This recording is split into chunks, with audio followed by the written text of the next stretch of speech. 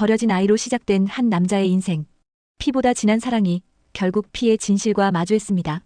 오늘 사연 시작하기 전에 구독과 좋아요 눌러주시면 많은 복 받으실 거예요. 충청도 외곽, 산과 논밭이 끝없이 이어진 작은 마을. 이곳은 시간이 멈춘 듯 고요했습니다. 아침마다 닭 우는 소리가 울리고 저녁이면 개구리 울음소리가 온 마을을 감쌌죠. 이 마을에서 평생을 살아온 정혜분과 박순애 부부는 올해로 66세가 되었습니다. 두 사람은 젊은 시절부터 농사를 지으며 살아왔어요. 땅을 일구고 씨를 뿌리고 추수를 하는 일. 그것이 그들의 전부였습니다. 해부는 새벽 5시면 어김없이 일어났어요. 마당을 쓸고 텃밭에 풀을 뽑고 논둑을 살피는 게 그의 일과였습니다. 순애는 부엌에서 된장찌개를 끓이고 김치를 담그고 밥상을 차렸죠. 두 사람은 말이 많지 않았어요. 그저 서로의 존재만으로도 충분했습니다. 어느 날 저녁 순애가 밥상을 차리며 조용히 말했습니다. 여보, 우리 자식이 없어도 괜찮았던 것 같아요. 해부는 담배 한 모금을 길게 빨아들이며 고개를 끄덕였습니다. 그래요? 하늘이 우리를 그렇게 만들었겠지 뭐. 순애는 손을 멈추고 창밖을 바라보았어요. 그래도 가끔은 아이 하나 있었으면 어땠을까 싶긴 해요. 해부는 대답 대신 담배 연기를 내뱉었습니다. 그날 밤 두 사람은 평소처럼 일찍 잠자리에 들었습니다. 그런데 새벽 4시쯤 이상한 소리가 들렸어요. 처음엔 바람 소리인 줄 알았습니다. 하지만 점점 가까워지는 그 소리는 분명 아기 울음소리였어요. 순애가 벌떡 일어나 해분을 흔들었습니다. 여보, 저 소리 좀 들어봐요. 해분도 귀를 기울였습니다. 분명 아기가 울고 있었어요. 두 사람은 급히 옷을 걸치고 밖으로 나갔습니다. 울음소리는 논둑길 쪽에서 들려왔어요. 손전등을 비추며 천천히 걸어가자 풀숲 사이에 젖은 천에 쌓인 갓난아이가 떨고 있었습니다. 아이는 온몸이 차갑고 얼굴은 새빨갰어요. 해부는 잠시 멈칫했습니다. 이걸 어떻게 해야 하나? 그런데 순애는 이미 아이를 품에 안고 있었습니다. 여보, 이 아이 얼마나 추웠을까요? 이렇게 어린 아이를 누가 버린 거예요? 순애의 목소리는 떨렸습니다. 해부는 아무 말 없이 아이를 바라보았어요. 아이는 여전히 울고 있었지만 순애의 품에 안기자 조금씩 진정되는 것 같았습니다. 우리 이 아이 키워야 할 것 같아요. 순애가 조심스럽게 말했습니다. 해부는 긴 한숨을 내쉬었어요. 우리가 뭘 알아요?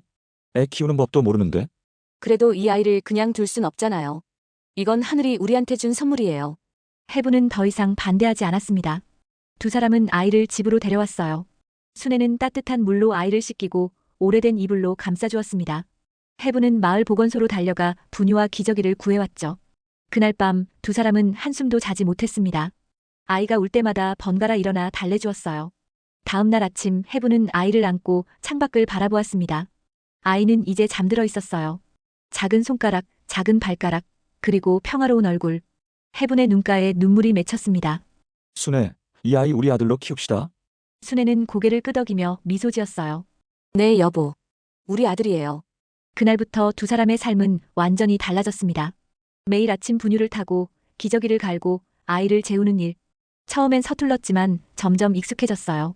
마을 사람들은 수군거렸습니다. 저 나이에 무슨 애를 키워 제 정신이 아니야. 하지만 해분과 순애는 신경 쓰지 않았어요. 그들에게 이 아이는 기적이었으니까요. 태주라고 아이 이름도 지었어요. 태주가 집에 온 지 석 달이 지났습니다.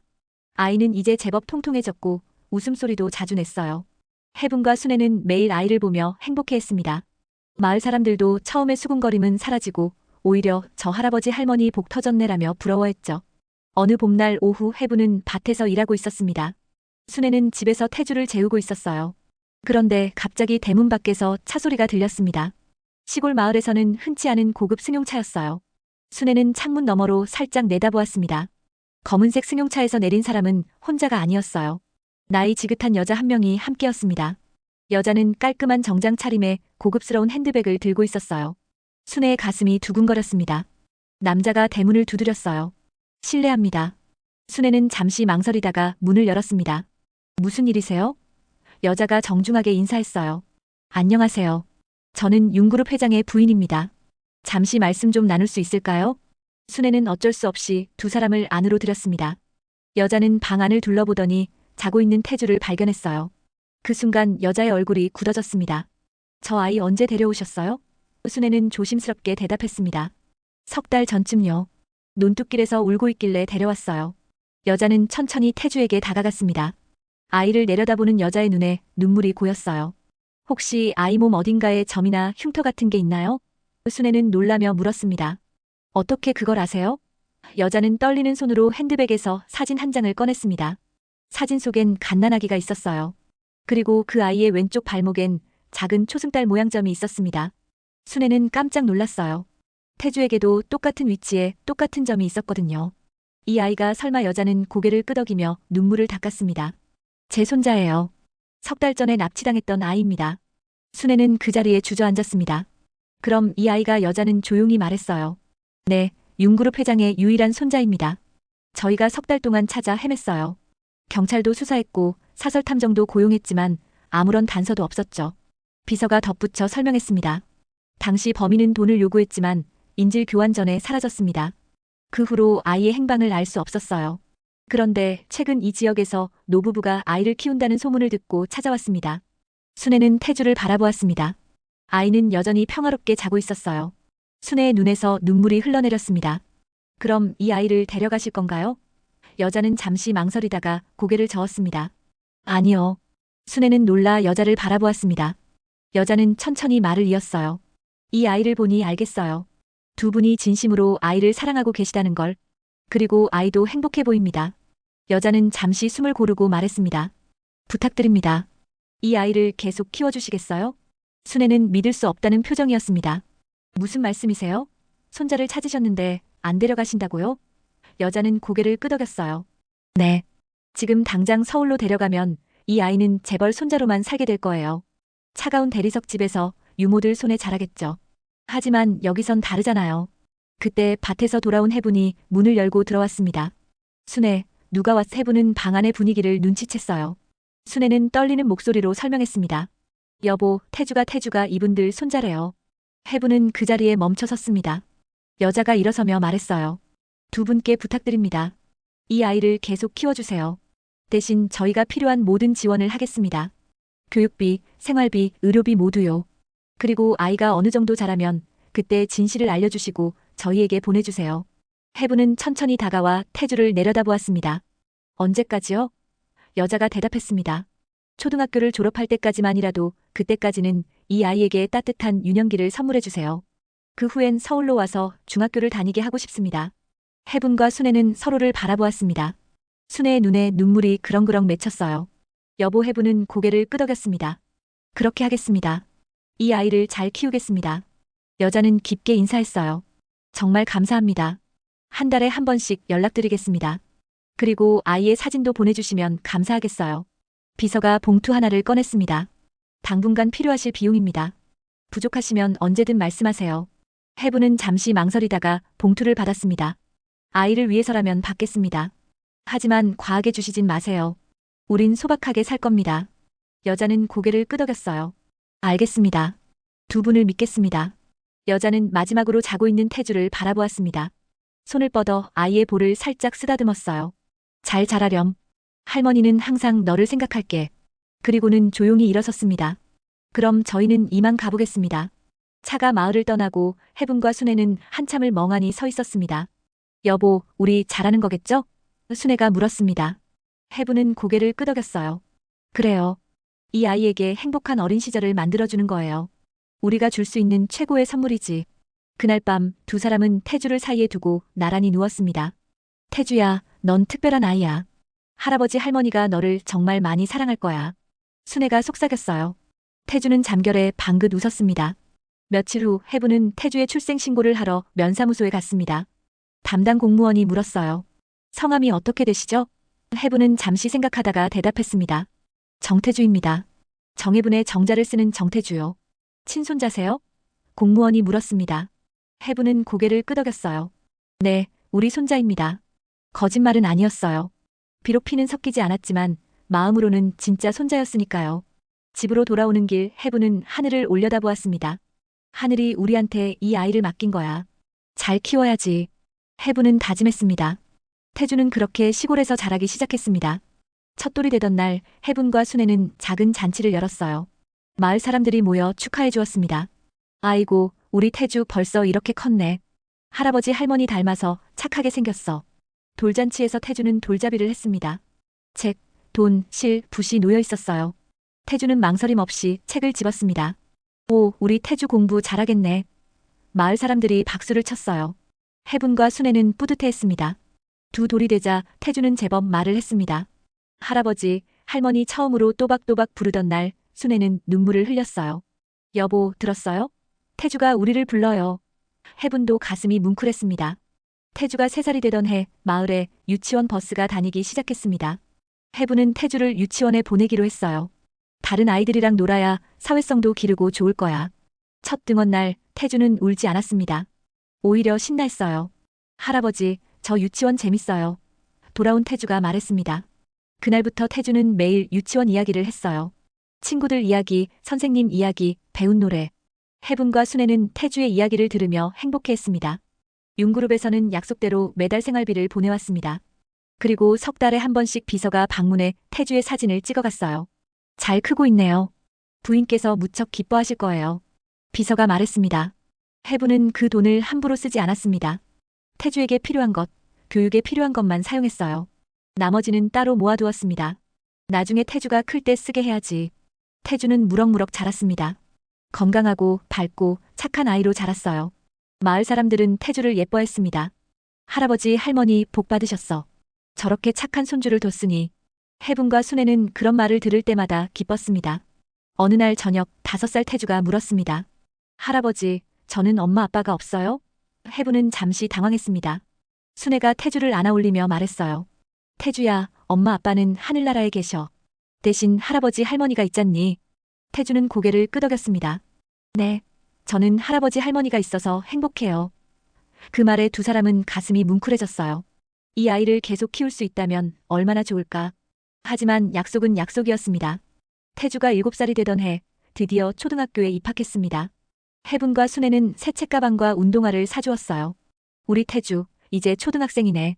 순애는 태주의 교복 같은 옷을 입히며 눈물을 글썽였습니다. 입학식 날 해분은 태주의 손을 꽉 잡고 학교까지 걸어갔어요. 태주야, 학교에서 친구들이랑 사이좋게 지내야 해. 그리고 선생님 말씀 잘 들어야 하고.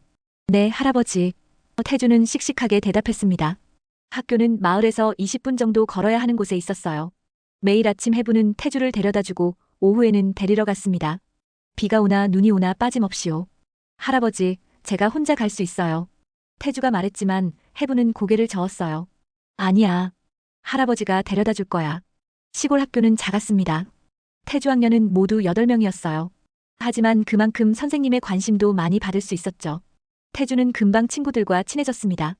공부도 열심히 했고 성격도 좋았거든요. 태주야, 우리 집에 놀러 올래? 친구들이 자주 물었어요. 태주는 친구들을 집으로 데려오곤 했습니다. 할머니, 친구들이 놀러 왔어요. 태주가 외치면 순애는 부엌에서 간식을 준비했어요. 감자전, 호떡, 식혜. 친구들은 순애가 만든 음식을 맛있게 먹었습니다. 태주야, 내 할머니 요리 진짜 맛있다. 우리 집보다 나은 것 같아. 해분은 마당에서 아이들에게 팽이치기를 가르쳐 주었어요. 이렇게 손목을 탁 꺾어야 잘 돌아간다. 아이들은 신기해하며 따라했습니다. 할아버지, 한 번만 더 보여주세요. 해분은 웃으며 시범을 보여주었죠. 여름방학이 되면 태주는 할아버지를 따라 논에 나갔습니다. 태주야, 농사는 정성이야. 이렇게 하나하나 정성을 다해야 해. 해분은 모내기를 하며 태주에게 가르쳤어요. 태주는 작은 손으로 열심히 따라했습니다. 할아버지, 제가 심은 벼도 쌀이 돼요? 그럼 가을에 황금빛으로 익을 거야. 논둑을 걸으며 해분은 태주에게 이런저런 이야기를 해주었습니다. 저기 보이는 산, 할아버지가 어렸을 때는 저기서 놀았단다. 정말요? 저도 가볼래요. 그래, 주말에 같이 가자. 주말이 되자 해분과 태주는 산으로 올라갔어요. 산길을 걸으며 해분은 나무 이름을 가르쳐 주었습니다. 이건 소나무, 저건 참나무야. 할아버지는 다 아세요? 할아버지가 평생 여기서 살았으니까. 산 중턱에 있는 약수터에서 물을 마셨습니다. 이 물은 아주 차갑고 깨끗해. 한 모금 마셔봐. 태주는 바가지로 물을 떠 마셨어요. 와, 시원해요. 해분은 태주의 머리를 쓰다듬었습니다. 가을이 되면 마을에서는 운동회가 열렸습니다. 태주는 달리기 선수로 뽑혔어요. 할아버지, 저 1등 할 거예요. 운동회 날 해분과 순애는 도시락을 싸들고 학교에 갔습니다. 태주는 정말로 1등을 했어요. 할아버지, 봤어요? 태주가 금메달을 목에 걸고 달려왔습니다. 해분은 태주를 번쩍 들어 올렸어요. 그래, 우리 태주 최고야. 순애는 눈물을 닦으며 웃었습니다. 아이고, 우리 태주 정말 장하네. 겨울이 되면 마을 앞 개울이 얼었습니다. 태주는 친구들과 함께 썰매를 타러 갔어요. 할아버지가 만들어준 썰매예요. 태주는 자랑스럽게 말했습니다. 해분이 직접 나무로 깎아 만든 썰매였거든요. 조심해서 타야 해. 넘어지면 다쳐. 해분이 걱정스럽게 말했습니다. 네, 할아버지. 태주는 신나게 썰매를 탔어요. 가끔 넘어져도 웃으며 다시 일어났습니다. 눈이 많이 내리는 날이면 마당에서 눈사람을 만들었습니다. 할아버지, 이게 할아버지고 이게 할머니예요. 태주가 두 개의 눈사람을 가리켰어요. 해분은 웃으며 고개를 끄덕였습니다. 그래, 꼭 닮았네. 태주가 3학년이 되던 해 담임 선생님이 해분을 불렀습니다. 태주 할아버지시죠? 태주가 공부를 참 잘해요. 이번에 도에서 주관하는 학력평가를 봤는데 태주 성적이 상위 1% 안에 들었습니다. 해분은 놀랐어요. 정말입니까? 네, 이렇게 똑똑한 아이는 처음 봅니다. 영재 교육을 받게 하시는 게 어떨까요? 집으로 돌아와 해분은 순애에게 말했습니다. 선생님이 태주가 영재래요. 도 학력평가에서 상위권이라고 하시더라고. 순애는 걱정스러운 표정이었어요. 그럼 우리 곁을 떠나야 하는 거 아니에요? 해분도 마음이 무거워졌습니다. 그날 밤 윤그룹 쪽에 연락을 했습니다. 태주가 공부를 아주 잘한다고 합니다. 도 단위 평가에서도 우수한 성적을 받았대요. 좀 더 좋은 교육을 받게 해야 할 것 같습니다. 며칠 후 회장 부인이 직접 내려왔어요. 태주를 만나봐도 될까요? 회장 부인이 조심스럽게 물었습니다. 순애는 고개를 끄덕였어요. 태주는 학교에서 돌아와 낯선 할머니를 보고 인사했습니다. 안녕하세요. 회장 부인은 태주를 보며 눈물을 참았습니다. 7년 만에 보는 손자는 의젓하게 자라 있었어요. 안녕, 태주야. 할머니가 서울에서 왔단다. 서울이요? 와, 서울은 큰 도시죠? 그래, 정말 큰 도시야. 태주는 서울에 가보고 싶니? 회장 부인이 물었습니다. 태주는 고개를 저었어요. 아니요. 저는 여기가 좋아요. 할아버지, 할머니랑 있는 게 좋아요. 그 말에 회장 부인은 가슴이 아팠습니다. 하지만 동시에 감사했어요. 손자가 이렇게 행복하게 자라고 있다는 게. 그래, 그럼 여기서 계속 있어도 돼. 할머니가 좋은 선생님을 보내줄게. 그 후로 일주일에 2번 서울에서 과외 선생님이 내려왔습니다. 영어, 수학, 과학을 가르쳐 주었어요. 태주는 스펀지처럼 빨리 배웠습니다. 이 아이는 정말 특별합니다. 영재 중에 영재예요. 선생님들이 감탄했습니다. 하지만 태주는 공부만 하지 않았어요. 여전히 친구들과 놀았고 할아버지를 도와 밭일도 했습니다. 태주야, 공부하느라 힘들지 않니? 해분이 물었어요. 아니요, 할아버지. 전 공부도 재미있고 친구들이랑 노는 것도 재미있어요. 4학년이 되자 태주는 반장이 되었습니다.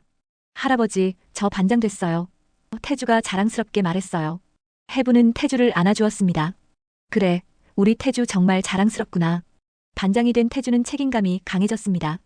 친구들을 도와주고 선생님 심부름도 열심히 했어요. 태주 오빠는 우리 학교 최고야. 후배들이 말했습니다. 어느 날 학교에서 불우이웃 돕기 행사가 있었습니다.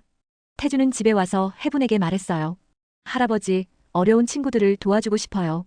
제 용돈을 모아서 기부해도 돼요? 해분은 뭉클했습니다. 그래, 좋은 마음이구나. 태주는 그동안 모은 용돈을 모두 기부했습니다. 많은 액수는 아니었지만 태주의 진심이 담겨 있었어요. 선생님은 전교 학생들 앞에서 태주를 칭찬했습니다. 정태주 학생은 나눔을 실천하는 훌륭한 학생입니다. 5학년이 되자 태주는 키가 많이 컸습니다. 이제 할머니 가슴 높이까지 왔어요. 아이고, 우리 태주 언제 이렇게 컸니? 순애가 감탄했습니다. 태주는 웃으며 할머니를 안았어요. 할머니, 저 더 크면 할머니 업어드릴게요. 그해 여름 태주는 처음으로 도시 아이들과 교류 캠프에 참가했습니다. 서울에서 온 아이들은 처음엔 태주를 시골 아이라고 무시했어요. 너 서울 가본 적 있어? 아니, 없어. 역시 촌놈이네. 하지만 캠프 활동을 하면서 태주의 진가가 드러났습니다. 태주는 자연에 대해 누구보다 잘 알았고 협동심도 강했어요. 리더십도 뛰어났습니다. 캠프가 끝날 때쯤 서울 아이들이 말했어요. 태주야, 미안해.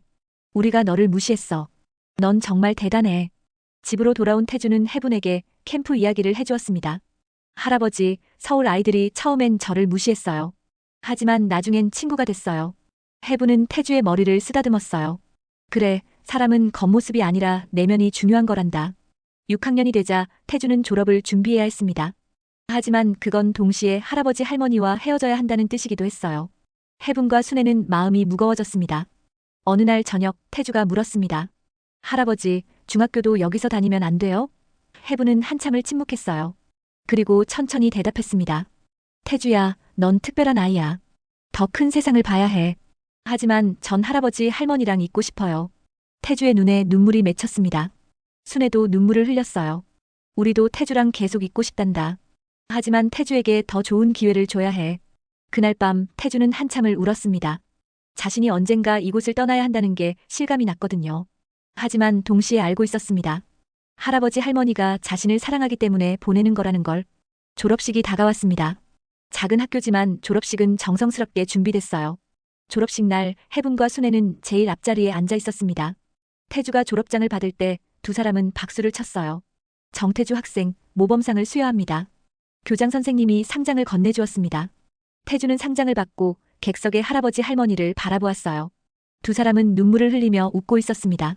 졸업식이 끝나고 집으로 돌아오는 길, 태주는 할아버지와 손을 잡고 걸었어요. 할아버지, 저 이 길 잊지 않을 거예요.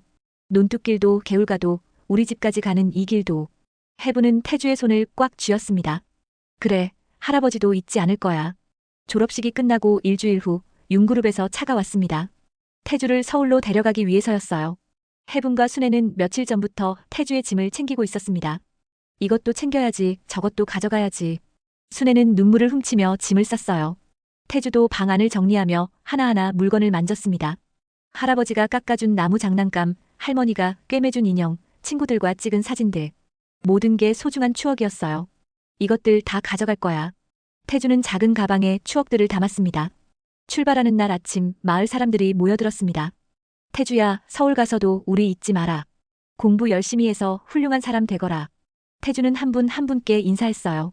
감사합니다. 잊지 않을게요. 태주의 친구들도 와 있었습니다. 모두 울고 있었어요. 태주야, 방학 때 돌아올 거지? 응, 꼭 올게. 너희들 보러. 친구들은 태주를 꽉 껴안았습니다. 연락하자. 편지 써. 그래, 꼭 쓸게. 차에 오르기 전 태주는 할아버지 할머니와 마지막 인사를 했습니다. 할아버지, 할머니 저 잘 다녀올게요. 태주의 목소리가 떨렸어요. 순애는 태주를 꽉 안았습니다. 우리 태주 서울 가서 아프지 말고 밥 잘 챙겨 먹고. 해부는 태주의 어깨를 두드렸어요. 태주야, 할아버지가 늘 하던 말 기억하지? 사람이 먼저야. 공부도 중요하지만 좋은 사람이 되는 게 더 중요해. 네, 할아버지. 잊지 않을게요. 태주는 눈물을 참으며 대답했습니다. 차가 출발했습니다. 태주는 뒷좌석에서 계속 뒤를 돌아보았어요. 할아버지 할머니가 손을 흔들고 있었습니다. 마을 사람들도 친구들도 모두 손을 흔들었어요. 차가 멀어질수록 그 모습들은 작아졌습니다. 논뚝길이 지나가고 개울이 지나가고 산이 지나갔습니다. 태주는 창밖을 보며 모든 풍경을 눈에 담았어요. 이제 이 길을 자주 못 볼 거야. 가슴이 먹먹했습니다. 서울까지는 3시간이 걸렸습니다. 고속도로를 달리며 풍경이 점점 달라졌어요. 논밭이 사라지고 건물들이 나타났습니다. 태주는 처음 보는 서울의 모습에 놀랐어요. 여기가 서울이구나. 윤그룹 본사가 있는 강남에 도착했습니다. 높은 빌딩들이 하늘을 찌를 듯 솟아 있었어요. 차는 한 고급 아파트 단지로 들어갔습니다. 여기가 앞으로 태주 도련님이 사실 곳입니다. 비서가 말했습니다. 아파트는 넓고 화려했습니다. 대리석 바닥 샹들리에 값비싼 가구들. 태주는 어색했어요. 시골집의 따뜻한 나무 마루가 그리워졌습니다. 제 방은 어디예요? 이쪽입니다, 도련님. 방도 넓었습니다. 태주의 시골집 거실만 했어요. 하지만 왠지 덩그러니 비어있는 것 같았습니다. 태주는 가방에서 할아버지가 깎아준 나무 장난감을 꺼내 책상 위에 올려놓았어요. 조금은 집 같은 느낌이 들었습니다. 다음 날 회장 부인이 태주를 만나러 왔습니다. 태주야, 잘 왔니? 이제부터 여기가 내 집이란다. 태주는 어색하게 인사했어요. 안녕하세요, 할머니. 회장 부인은 태주를 보며 눈물을 글썽였습니다. 너를 이렇게 가까이서 보니 감회가 새롭구나. 회장 부인은 태주에게 앞으로의 계획을 설명해 주었습니다. 일주일 후에 중학교에 입학하게 될 거야. 서울에서 제일 좋은 학교란다. 그리고 과외 선생님들도 계속 올 거고. 태주는 고개를 끄덕였어요. 그리고 태주야, 이제부터 내 이름은 윤태주야. 윤그룹의 후계자로서 살아가야 해. 회장 부인의 말에 태주는 움찔했습니다. 제 이름이 정태주인데요? 알아. 하지만 이제 내 진짜 가족을 찾았잖니. 윤 씨 성을 쓰는 게 맞아. 태주는 뭔가 찜찜했습니다. 하지만 거부할 수 없었어요. 며칠 후 개명 절차가 진행됐습니다. 정태주에서 윤태주로. 서류상으로 태주는 이제 윤그룹의 손자가 되었습니다.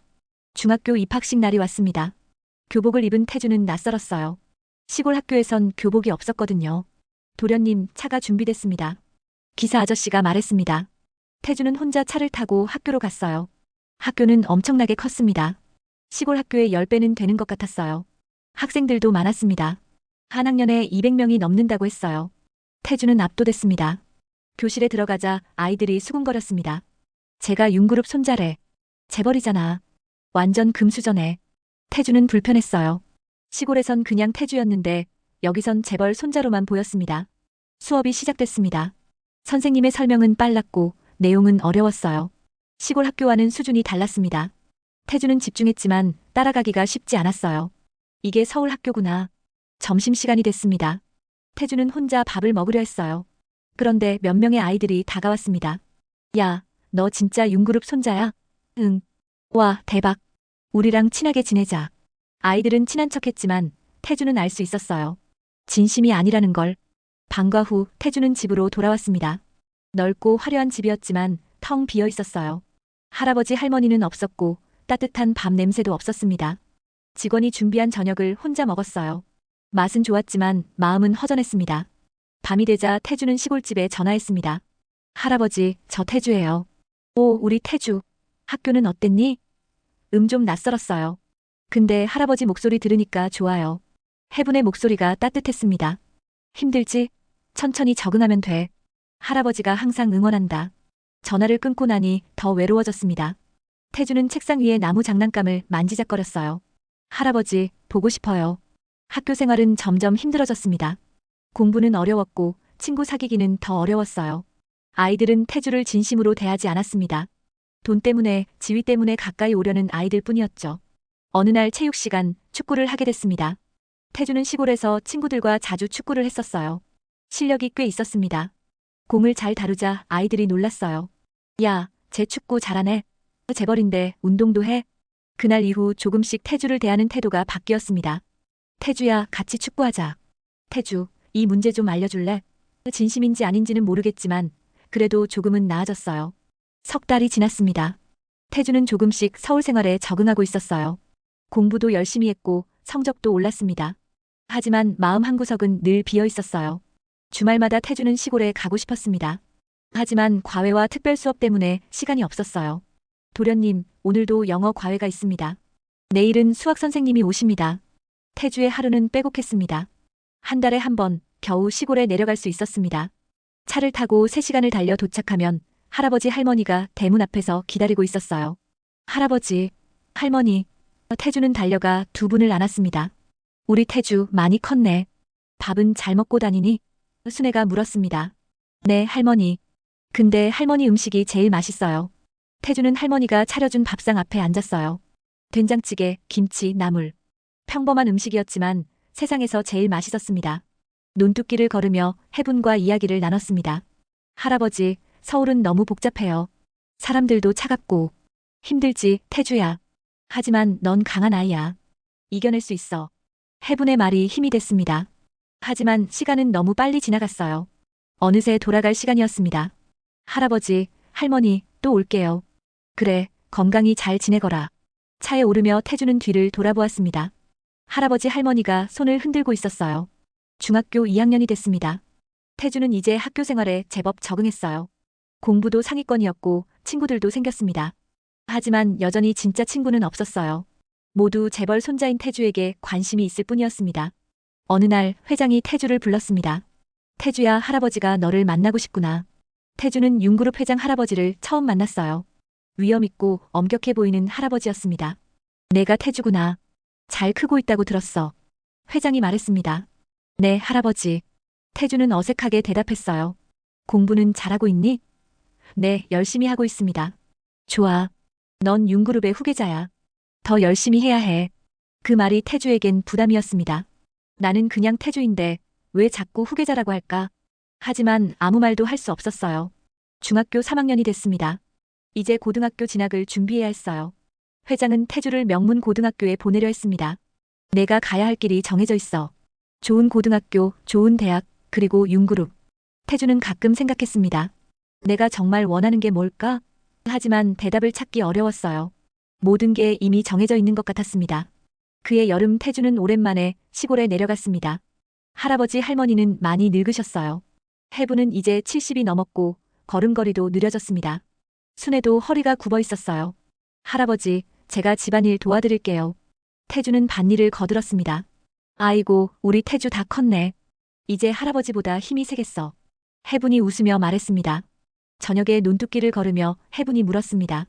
태주야, 서울 생활은 괜찮니? 행복하니? 태주는 잠시 망설였어요. 글쎄요, 할아버지. 행복한지 잘 모르겠어요. 왜 그러니? 모든 게 정해져 있는 것 같아요. 제가 선택할 수 있는 게 없어요. 해분은 태주의 어깨를 두드렸습니다. 태주야, 언젠가 내가 선택할 때가 올 거야. 그때 내 마음을 따르거라. 다른 사람의 기대가 아니라 내 마음을 따라야 해. 태주는 고개를 끄덕였어요. 네, 할아버지. 태주는 명문 고등학교에 입학했습니다. 윤그룹 회장의 손자라는 사실은 이미 학교 전체에 알려져 있었어요. 첫날부터 사람들의 시선이 따가웠습니다. 저 애가 윤그룹 후계자래. 완전 금수저네. 태주는 그런 시선들이 익숙해졌지만 여전히 불편했습니다. 그저 평범하게 공부하고 싶었는데 주변에서 그냥 놔두지 않았어요. 태주야, 우리 스터디 그룹 들어올래? 태주, 이번 주말에 우리 집에서 파티하는데 올래? 태주는 대부분의 제안을 정중히 거절했습니다. 진심이 느껴지지 않았거든요. 대신 도서관에서 혼자 공부하는 시간을 가졌어요. 책 속에 빠져 있을 때만 윤그룹의 손자가 아니라 그냥 태주일 수 있었습니다. 고등학교 1학년 겨울 할아버지에게서 전화가 왔습니다. 태주야, 할머니가 많이 편찮으시단다. 태주는 깜짝 놀랐어요. 무슨 일이세요? 감기인데 잘 낫지 않으시네. 나이가 있으시니까. 태주는 불안했습니다. 주말에 급히 시골로 내려갔습니다. 할머니는 이불을 덮고 누워 계셨어요. 얼굴이 많이 수척해져 있었습니다. 할머니. 태주가 달려가 할머니 손을 잡았어요. 아이고, 우리 태주 왔네. 걱정했구나. 순애는 힘없이 웃었습니다. 할머니, 병원 가셔야 해요. 괜찮아, 태주야. 그냥 감기인데 뭐. 하지만 태주는 고집했어요. 할아버지와 함께 할머니를 읍내 병원으로 모셨습니다. 의사는 입원을 권했지만 순애는 거부했어요. 집에서 쉬면 나을 거야. 태주는 주말 내내 할머니를 돌봤습니다. 죽을 끓여드리고 약을 챙겨드리고 이불을 덮어드렸어요. 할머니, 제가 여기 있을게요. 태주야, 넌 공부해야지. 할아버지가 있으니 괜찮아. 하지만 태주는 떠날 수 없었습니다. 다행히 며칠 후 할머니는 조금씩 나아지기 시작했어요. 역시 우리 태주가 돌봐줘서 나았나 봐. 순애가 태주의 손을 꽉 잡았습니다. 서울로 돌아가는 날 태주는 할아버지에게 말했습니다. 할아버지, 할머니 건강 꼭 챙겨주세요. 전 자주 못 와도 전화는 매일 드릴게요. 그래, 걱정 마라. 할아버지가 잘 모실게. 하지만 해분의 얼굴에도 피곤함이 역력했어요. 고등학교 2학년이 되자 공부가 더 힘들어졌습니다. 대학 입시를 준비해야 했거든요. 회장은 태주가 서울대학교 경영학과에 가길 원했습니다. 윤그룹을 이어받으려면 경영학을 배워야지. 태주는 회장의 기대에 부응하려 노력했습니다. 밤늦게까지 공부했고 주말에도 과외를 받았어요. 하지만 시골에 내려가는 횟수는 점점 줄어들었습니다. 한 달에 한 번도 가기 어려웠어요. 전화로만 할아버지 할머니 목소리를 들었습니다. 태주야, 공부하느라 힘들지? 괜찮아요, 할아버지. 할아버지, 할머니는 건강하세요? 그럼 할아버지 할머니 튼튼하지. 하지만 전화 너머 목소리는 점점 약해지고 있었어요. 고등학교 3학년 봄 대학 입시가 다가왔습니다. 태주는 성적이 좋았어요. 서울대학교도 충분히 갈 수 있는 수준이었습니다. 회장은 만족스러워했어요. 역시 내 손자야. 기대 이상이야. 하지만 태주는 혼란스러웠습니다. 내가 정말 경영학을 하고 싶은 걸까? 윤그룹을 이어받고 싶은 걸까? 답을 찾을 수 없었어요. 그럴 때마다 시골 할아버지의 말이 떠올랐습니다. 내 마음을 따르거라. 여름방학 태주는 오랜만에 시골에 내려갔습니다. 할아버지와 할머니는 더 늙어 계셨어요. 해부는 이제 혼자 걷기도 힘들어 보였고 순애는 귀가 잘 들리지 않는다고 했습니다. 할아버지, 제가 앞으로 자주 올게요. 태주가 말했습니다. 아니야, 태주야. 넌 공부해야지. 대학 입시가 얼마 안 남았잖니. 그래도 할아버지, 할머니가 더 중요해요. 논두길을 천천히 걸으며 해분이 말했습니다. 태주야, 할아버지가 오래 못 살 것 같구나. 태주는 깜짝 놀랐어요. 무슨 말씀이세요? 아니야, 괜찮아. 다만 할아버지가 내게 해주고 싶은 말이 있어. 해분은 멈춰서서 태주를 바라보았습니다. 태주야, 넌 이제 윤그룹의 손자야. 큰 책임을 짊어지고 살아야 하지. 하지만 그게 전부는 아니란다. 내가 어떤 사람이 되느냐가 더 중요해. 네, 할아버지. 알고 있어요. 그리고 태주야, 할아버지 할머니는 내가 행복하길 바란다. 성공하고 돈 많이 버는 것도 좋지만 행복이 우선이야. 해분의 눈에 눈물이 맺혔습니다. 태주도 눈물을 흘렸어요. 할아버지, 전 할아버지 할머니가 없으면 안 돼요. 제발 오래오래 건강하세요. 그래, 할아버지 할머니 힘내볼게. 우리 태주 보려면 오래 살아야지. 그해 가을, 태주는 대학 수학능력 시험을 치렀습니다. 시험을 잘 봤어요. 서울대학교 합격이 거의 확실했습니다. 회장은 기뻐했어요. 잘했어, 태주야. 이제 내가 정식으로 회사 일을 배울 수 있겠구나. 하지만 합격 발표를 기다리던 어느 날 시골에서 전화가 왔습니다. 태주 도련님, 할아버님께서 쓰러지셨습니다. 태주는 즉시 시골로 내려갔어요. 해부는 병원에 입원해 있었습니다. 의사는 조심스럽게 말했어요. 연세가 많으셔서 회복이 쉽지 않을 것 같습니다. 태주는 병실로 달려갔습니다. 할아버지는 침대에 누워 링거를 맞고 있었어요. 할아버지, 태주가 손을 잡았습니다. 해부는 천천히 눈을 떴어요. 왔구나, 우리 태주. 할아버지, 괜찮으세요? 그래, 괜찮아. 그냥 좀 피곤해서 그래. 순애도 옆에 앉아 있었습니다. 할머니도 많이 수척해져 있었어요. 태주야, 할아버지가 너 보고 싶어 하셨어. 내가 와서 다행이야. 태주는 며칠간 병원에 머물렀습니다. 다행히 해분의 상태는 조금씩 나아졌습니다. 일주일 후 퇴원할 수 있었어요. 하지만 예전처럼 건강하진 않았습니다. 거동이 더 불편해졌고 자주 피곤해했어요. 태주야, 넌 서울로 돌아가야지. 대학 합격 발표도 곧 나잖니. 해분이 말했습니다. 아니에요, 할아버지. 제가 여기 있을게요. 안 돼. 넌 내 인생을 살아야 해. 결국 태주는 서울로 돌아갔습니다. 며칠 후 합격 발표가 났어요. 서울대학교 경영학과 합격. 회장은 크게 기뻐하며 축하 파티를 열었습니다. 하지만 태주의 마음은 무거웠어요. 대학교 입학식 날 태주는 혼자였습니다. 회장과 회장 부인은 해외 출장 중이었어요. 친구들은 가족들과 함께 왔는데 태주만 혼자였습니다. 문득 할아버지 할머니가 보고 싶었어요. 입학식이 끝나고 태주는 시골에 전화했습니다. 할아버지, 저 대학교 입학했어요. 그래, 축하한다, 우리 태주. 할아버지 할머니가 정말 자랑스럽구나. 할아버지의 목소리가 따뜻했습니다. 대학 생활이 시작됐습니다. 태주는 성실하게 공부했어요. 동시에 회사 인턴도 시작했습니다. 방학 때마다 윤그룹에서 일을 배웠어요. 회장은 태주를 차근차근 후계자로 키워가고 있었습니다. 하지만 태주는 여전히 혼란스러웠습니다. 이게 내가 원하는 삶일까? 질문은 계속됐지만 답은 없었어요. 그저 주어진 길을 걸어갈 뿐이었습니다. 대학교 2학년 여름, 태주는 오랜만에 시골을 찾았습니다. 할아버지는 이제 거의 집 밖을 나오지 못했어요. 할머니도 건강이 많이 안 좋아지셨습니다. 두 분 모두 90을 바라보는 나이였어요. 할아버지, 제가 자주 올게요. 회사 일은 줄이고. 안 돼, 태주야. 넌 중요한 일을 하고 있잖니. 할아버지 할머니는 괜찮아. 하지만 태주는 알고 있었습니다. 할아버지 할머니의 시간이 얼마 남지 않았다는 것을. 그날 저녁 세 사람은 마당에 앉아 있었습니다. 여름 밤하늘에 별이 총총히 빛나고 있었어요. 태주야, 별 보이니? 네, 할아버지. 정말 많이 보여요. 할아버지 할머니가 하늘로 가면 저 별 중에 하나가 될 거야. 그럼 항상 너를 지켜볼 수 있겠지. 태주는 눈물을 흘렸습니다. 할아버지, 그런 말씀하지 마세요. 아니야, 사람은 언젠가 가는 거야. 하지만 사랑은 영원히 남는단다. 해분이 태주의 손을 꽉 잡았습니다. 다음 날 아침 태주는 서울로 돌아가야 했습니다. 할아버지, 할머니, 다음 주에 또 올게요. 약속해요. 그래, 기다릴게. 조심히 가거라. 차에 오르며 태주는 뒤를 돌아보았어요. 할아버지와 할머니가 손을 흔들고 있었습니다. 그게 마지막이 될 줄은 몰랐습니다. 태주가 서울로 돌아온 지 사흘이 지났습니다. 대학교에서 중간고사 준비를 하고 있을 때였어요. 갑자기 전화가 울렸습니다. 마을 이장님이었어요. 태주야, 빨리 내려와야겠다. 할아버지께서. 태주는 가슴이 철렁 내려앉았습니다. 할아버지가 어떻게 되셨어요? 아침에 일어나지를 못하시네. 병원으로 모셨는데 의사 선생님이 오늘 내일이라고 하시더구나. 태주는 즉시 짐을 챙겼어요. 고속도로를 달리는 내내 태주는 기도했습니다. 할아버지, 제발 기다려주세요. 제가 갈게요. 평소 3시간 걸리는 길을 2시간 반 만에 도착했어요. 읍내 병원으로 달려갔습니다. 병실 문을 열자 순애가 해분의 손을 잡고 앉아 있었습니다. 할머니는 눈물을 흘리고 있었어요. 태주야, 왔구나. 태주는 할아버지 곁으로 달려갔습니다. 할아버지. 해분은 산소 마스크를 쓰고 있었습니다. 얼굴은 창백했고 숨소리는 가늘었어요. 태주가 손을 잡자 해부는 천천히 눈을 떴습니다. 왔구나, 우리 태주. 목소리는 너무나 약했습니다.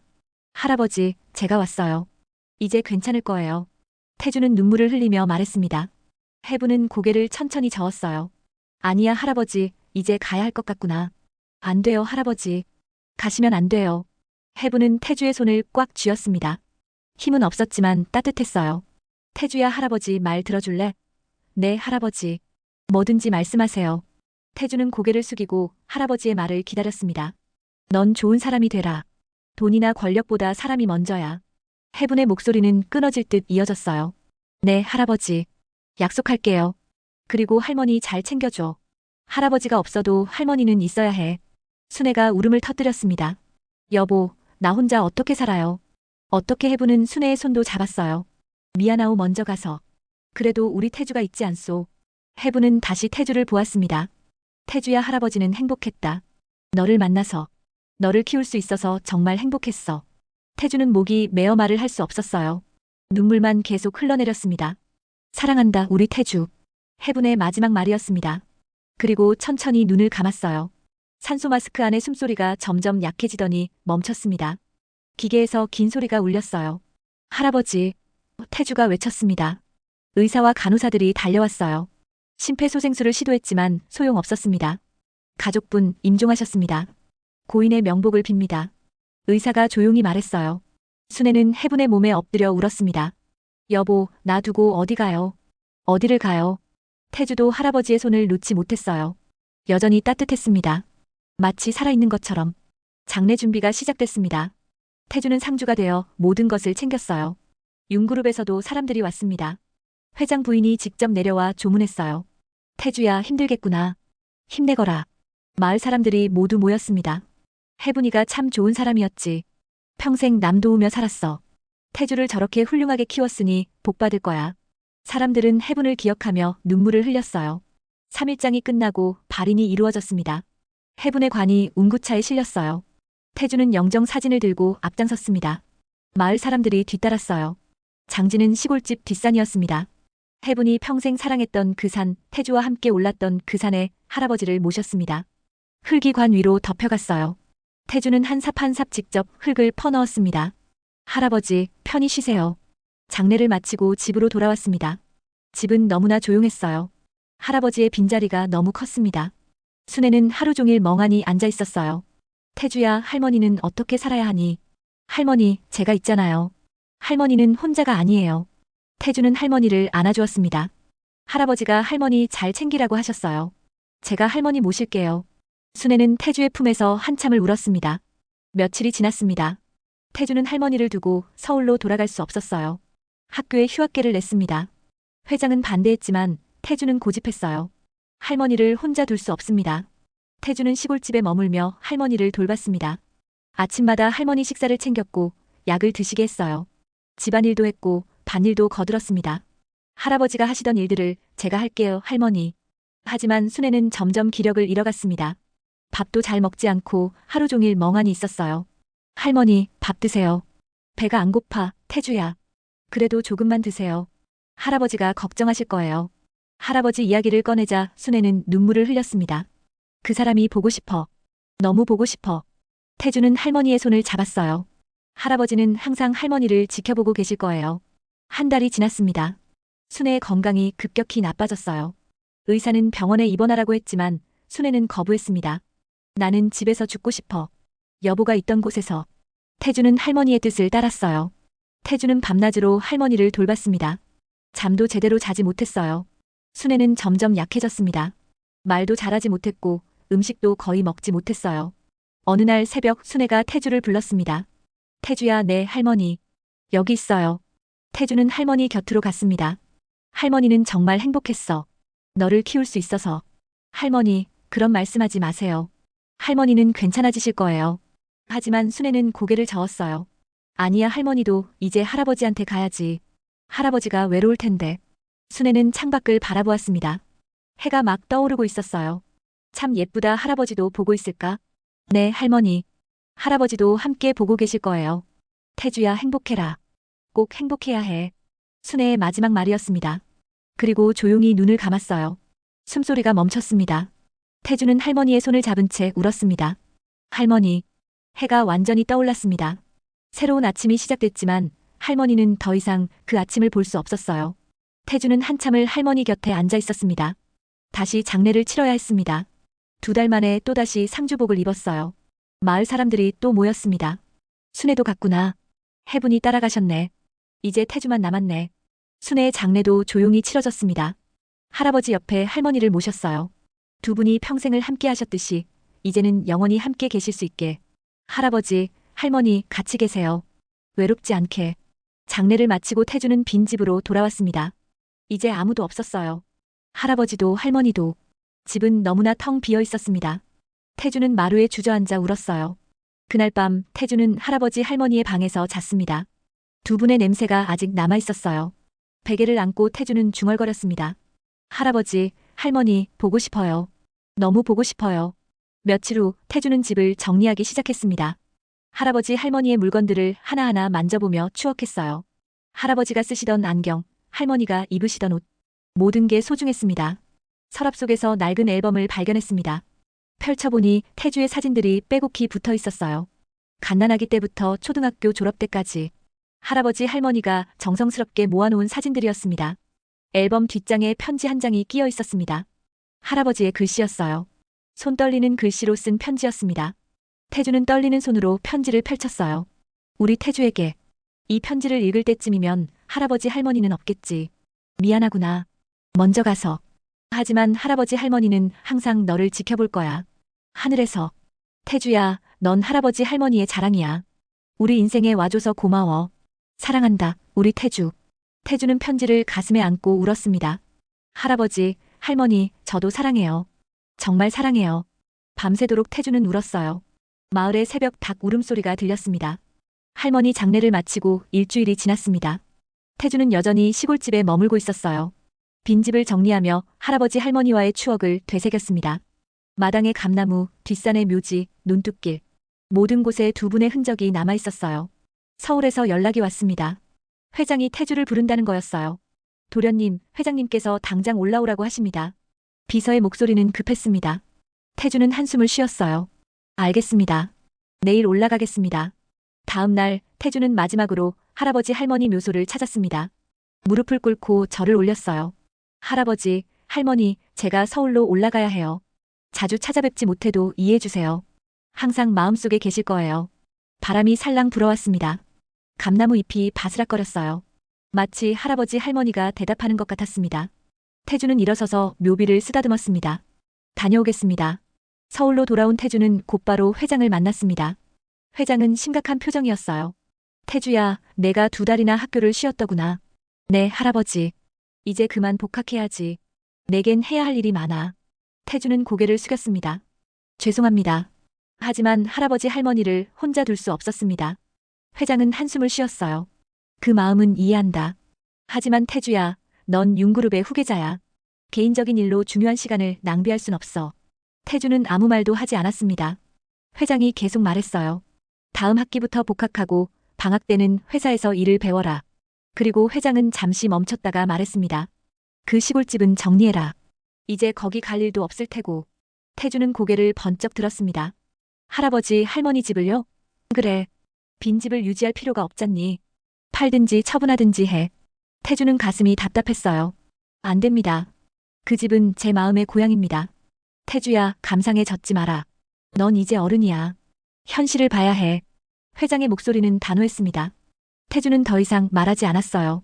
하지만 마음속으로 다짐했습니다. 절대 그 집을 팔지 않을 거야. 복학 준비를 하며 태주는 바빴습니다. 밀린 학점을 따라잡아야 했고 회사 일도 배워야 했어요. 하지만 마음 한구석은 늘 시골집에 있었습니다. 주말마다 내려가고 싶었지만 시간이 없었어요. 한 달에 한 번 겨우 시골을 찾을 수 있었습니다. 빈집은 점점 낡아가고 있었어요. 마당에 잡초가 자라고 집안엔 먼지가 쌓였습니다. 태주는 집을 청소하고 할아버지 할머니 묘소를 돌봤어요. 할아버지, 할머니, 제가 자주 못 와서 죄송해요. 그래도 잊지 않고 있어요. 묘비 앞에 앉아 태주는 속삭였습니다. 그러고는 할아버지가 해주셨던 말들을 떠올렸어요. 사람이 먼저야. 내 마음을 따르거라. 대학교 3학년이 됐습니다. 태주는 성적도 우수했고 회사에서도 인정받고 있었어요.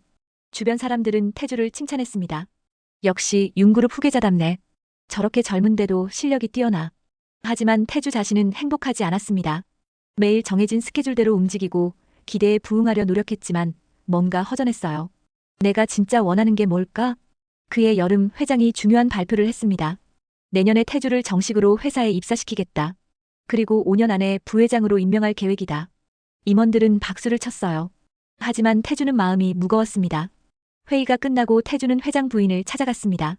진짜 할머니였어요. 할머니, 여쭤볼 게 있어요. 그래, 태주야. 뭐니?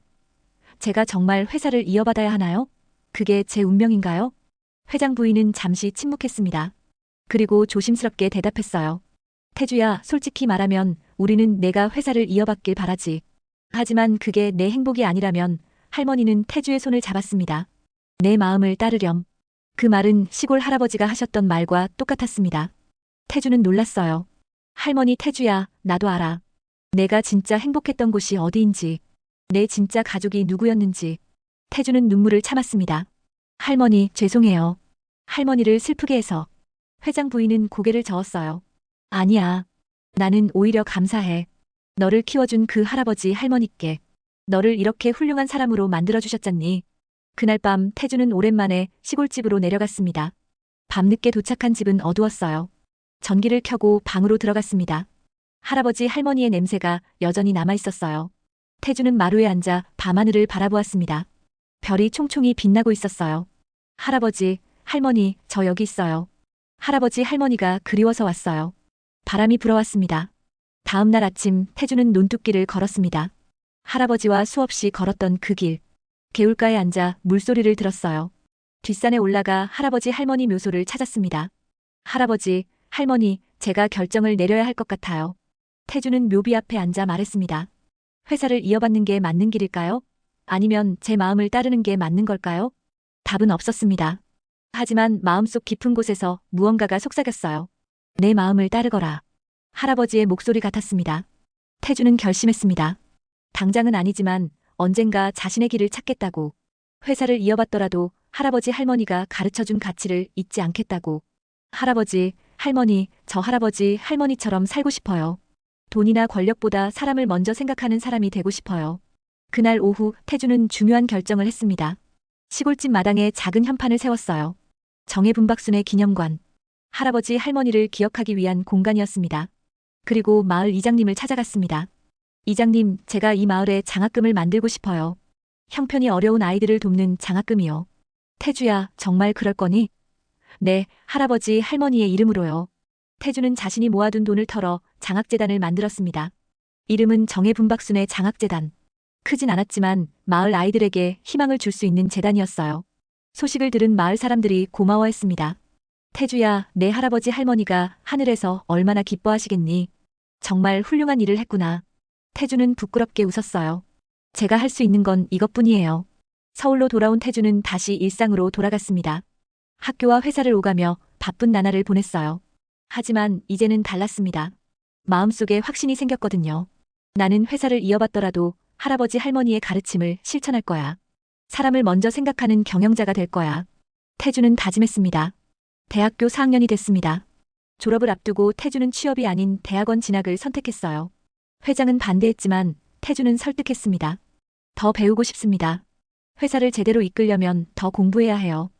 회장은 결국 허락했습니다. 좋아. 하지만 대학원을 마치면 바로 회사에 들어오는 거다. 네, 할아버지. 약속드리겠습니다. 태주는 고개를 숙였어요. 대학원 생활이 시작됐습니다. 태주는 경영학을 더 깊이 공부했어요. 특히 사회적 가치를 추구하는 경영, 직원을 존중하는 경영에 관심이 많았습니다. 할아버지 할머니라면 이런 경영을 좋아하셨을 거야. 그해 겨울 태주는 다시 시골을 찾았습니다. 눈이 소복이 쌓여 있었어요. 할아버지 할머니 묘소에도 눈이 내려앉아 있었습니다. 태주는 눈을 치우며 말했어요. 할아버지, 할머니, 저 잘하고 있죠? 할아버지 할머니가 자랑스러워 하실 만한 사람이 되고 있죠? 바람이 불어왔습니다. 눈송이가 날렸어요. 태주는 그 속에서 할아버지 할머니의 미소를 보는 것 같았습니다. 감사합니다, 할아버지, 할머니. 저를 사랑해 주셔서, 저를 키워주셔서. 그날 밤 태주는 시골집에서 잤습니다. 꿈속에서 할아버지 할머니를 만났어요. 두 분은 웃고 계셨습니다. 잘하고 있어, 우리 태주. 고맙다, 태주야. 꿈에서 깨어난 태주는 눈물을 흘리고 있었습니다.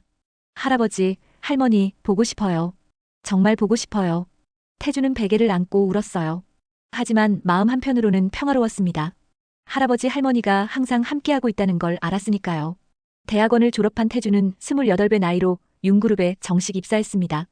회장은 태주를 전략기획실에 배치했어요. 여기서 회사의 전체 흐름을 배워라.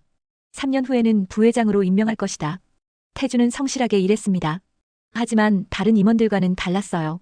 직원들을 존중했고 그들의 의견을 경청했습니다. 부장님은 다르세요. 우리 말을 진심으로 들어주시잖아요. 태주는 회사의 비정규직 직원들 처우를 조사했습니다. 문제가 많았어요. 낮은 급여, 불안정한 고용, 복지 부족. 태주는 보고서를 작성해 회장에게 제출했습니다. 비정규직 직원들의 처우 개선이 필요합니다. 회장은 고개를 저었어요. 태주야, 그러면 비용이 너무 많이 들어. 하지만 할아버지, 이건 옳은 일입니다. 결국 단계적으로 추진하기로 했습니다. 1년 후 태주의 프로젝트는 성공했어요. 직원들의 사기가 올라갔고 생산성도 높아졌습니다. 태주가 31살이 되던 해 회장이 쓰러졌습니다. 뇌졸중이었어요. 한 달 후 회장은 가족들이 지켜보는 가운데 숨을 거두었습니다. 유언장에는 태주를 차기 회장으로 임명한다는 내용이 있었습니다. 태주는 시골로 내려갔습니다. 할아버지 할머니 묘소 앞에서 말했어요. 할아버지, 할머니, 저 이제 회장이 되래요. 할아버지 할머니가 가르쳐 주신 대로 할게요. 사람을 먼저 생각하는 회장이 될게요. 이사회가 소집됐습니다. 태주는 말했어요. 저는 윤태주입니다. 하지만 제 마음속 이름은 정태주입니다.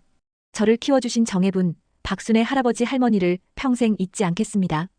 회장 부인이 지지를 표명했고 만장일치로 태주가 회장이 되었습니다. 취임 후 태주는 약속을 지켰습니다. 비정규직의 정규직 전환을 확대했고 복지제도를 개선했어요. 정혜분 박순의 장학재단도 전국으로 확대했습니다. 태주의 사무실에는 할아버지 할머니 사진이 걸려 있었어요. 3년이 지나 윤그룹은 가장 일하고 싶은 기업, 사회적 책임을 다하는 기업으로 평가받았습니다. 인터뷰에서 기자가 물었어요. 경영 철학은 어디서 나온 건가요? 제 할아버지 할머니에게서 배웠습니다. 사람이 먼저라고 가르쳐 주셨어요. 그해 가을 태주는 결혼을 했습니다. 상대는 사회복지사였어요. 결혼식은 시골 마을에서 조촐하게 치렀고 할아버지 할머니 묘소에서 예식을 올렸습니다. 1년 후 아들이 태어났어요. 이름은 윤혜준. 할아버지의 해자를 받은 이름이었습니다. 세월이 흘러 태주는 40을 넘긴 중년이 되었습니다. 어느 비 오는 날 태주는 혼자 시골을 찾았어요. 묘소 앞에 앉아 속삭였습니다. 할아버지, 할머니, 저 잘 살고 있어요. 할아버지 할머니가 가르쳐 주신 것들을 잊지 않고 있어요. 묘비에는 태주가 새긴 문구가 빛나고 있었습니다. 사람은 피로 이어지는 게 아니라 마음으로 이어진다. 비가 그치고 무지개가 떴어요. 태주는 무지개를 바라보며 미소 지었습니다. 그날 밤 태주는 시골집에서 잤습니다. 꿈속에서 할아버지 할머니가 나타났어요. 잘하고 있어, 우리 태주. 자랑스럽다, 우리 손주. 태주는 꿈속에서도 눈물을 흘렸습니다. 서울로 돌아가는 차 안에서 태주는 생각했습니다. 나는 버려진 아기였어. 하지만 할아버지 할머니를 만나 사랑받는 손주가 됐지. 그리고 이제는 두 분의 사랑을 세상에 나눠주는 사람이 됐어. 사무실에 도착한 태주는 책상 위에 사진을 보았어요. 할아버지 할머니가 미소 짓고 있었습니다. 오늘도 열심히 할게요. 할아버지, 할머니가 자랑스러워 하실 만큼. 저녁이 되어 퇴근하며 태주는 하늘을 올려다보았습니다. 별이 반짝이고 있었어요. 저 별 중 하나가 할아버지, 하나가 할머니겠지. 집으로 돌아가는 차 안에서 태주는 조용히 속삭였어요. 할아버지, 할머니, 오늘 하루도 감사했어요. 그렇게 태주의 하루가 끝났습니다. 내일도 모레도 태주는 할아버지 할머니의 사랑을 가슴에 품고 살아갈 것입니다. 버려진 아기는 이제 없습니다. 그 자리엔 사랑으로 자란 손주가 그 사랑을 세상에 나눠주는 사람이 있을 뿐입니다. 오늘 사연도 끝까지 들어주셔서 감사합니다. 여러분의 공감과 응원이 큰 힘이 됩니다. 댓글로 함께 나눠주세요. 다음에 더 좋은 이야기로 찾아뵙겠습니다. 솔솔사연방이었습니다.